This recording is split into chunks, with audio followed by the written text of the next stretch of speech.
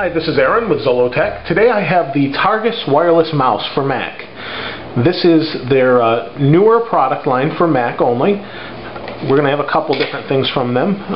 You probably have already seen the chill mat.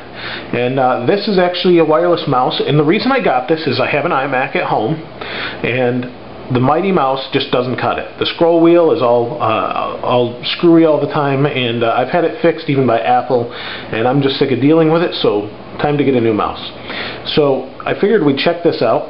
This was $38 shipped, I believe, from Amazon.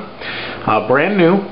They also offer a Bluetooth mouse. Now I've seen this in Staples for $50, and the Bluetooth mouse is a little bit more, plus it's a laser mouse. This is an optical mouse.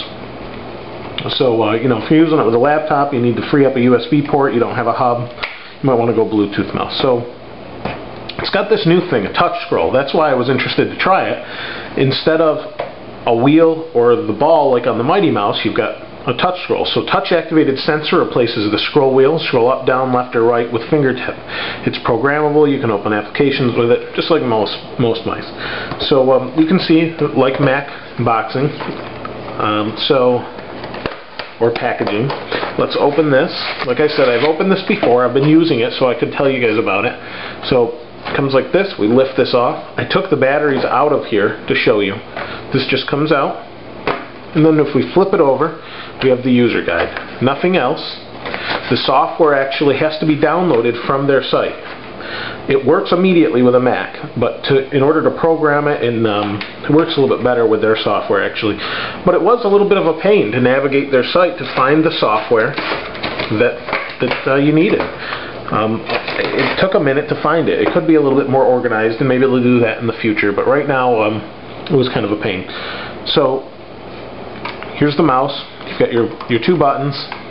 Your side, this is actually a double button. You can go forward, back, or whatever else you want to program that for. On the bottom you have an on-off switch and these two pads, and you've got your optical sensor.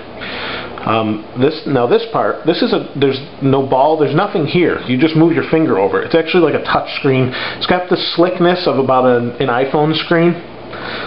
It actually pushes down too, so if you want to use it for the dashboard or assign it for something else, you can do that on a Mac. When you pull this button, the top pops off, and in here is the USB key fob, or USB key, wireless rather.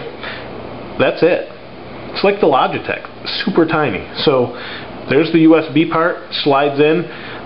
You just put this, if you're using it on a Mac keyboard, it fits right in there.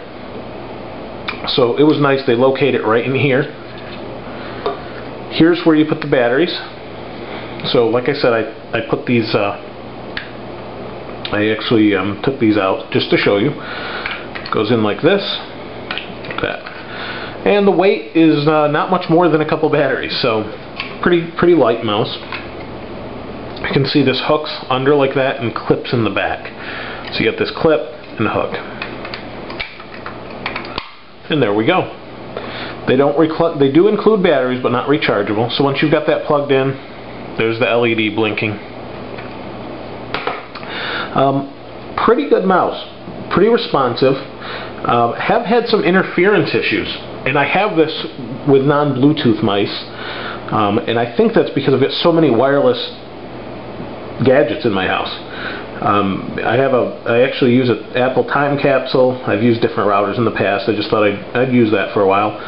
Time capsule. I have PS3, Xbox, Wii, those are all wireless. The Xbox isn't hooked up wirelessly, but everything else is wireless. You got the laptop, the iPhone.